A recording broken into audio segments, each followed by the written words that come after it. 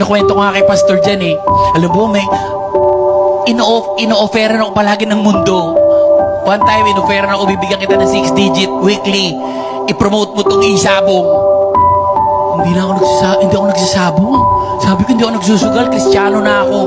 Last week, wala akong pera. Sabi ko, may nag-alok sa akin yung sagot ka ni Kuya Jobert na show. Wala na, di ba? Sabi sa akin, Kuya Jobert, kukunin ka ulit namin pero magpuproduce dito. Alak, iinom ka ha. Malaking pera to. Sabi ko, hindi na ako umiinom. Kristiyano na ako. Hindi ko tinanggap.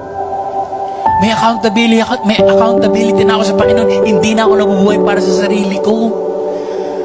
Sabi nga, di ba, habang lumalapit ka sa Diyos, you must become greater. Tayo wala, maging less tayo.